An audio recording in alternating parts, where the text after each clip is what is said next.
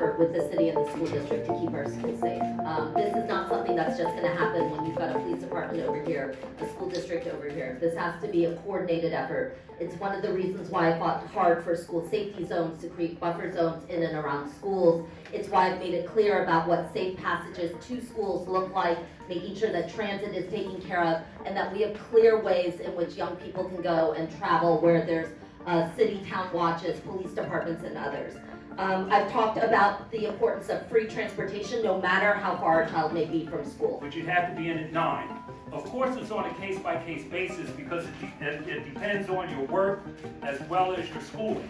But by doing that, you have a less cluttered landscape so that the police will be able to initiate their own anti-gun violence action.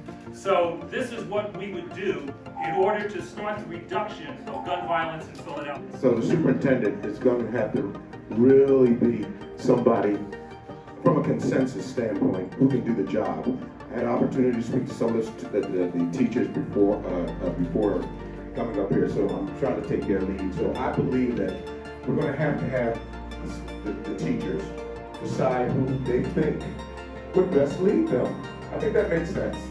Instead of necessarily doing, many of you heard me throw some names around about who I would appoint as school board director, but in all sincerity, I think we need to have a greater consensus of who can do the job. So again, I'm going to have the teachers come to a consensus on who we should fill that thing. If they can't figure it out, I'll do it out. But we're going to have a greater consensus of who should lead the school. Associated with running that building still remains the same, and it's something that we need to acknowledge. But I will not allow us to have an us versus them environment, because these are all of our children. We will focus on quality seats with quality instruction in 21st century buildings that are modern and technologically savvy. And when we go to Harrisburg with that kind of inclusive plan, I guarantee you that we will get a return on our investment, because we're not taking the same old thing and expecting a different outcome. We have a plan that's transparent,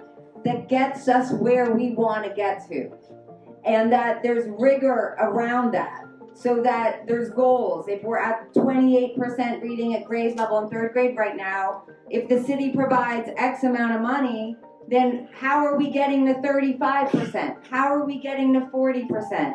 That's the type of plan we need, and what I will do as mayor. Thank you very much.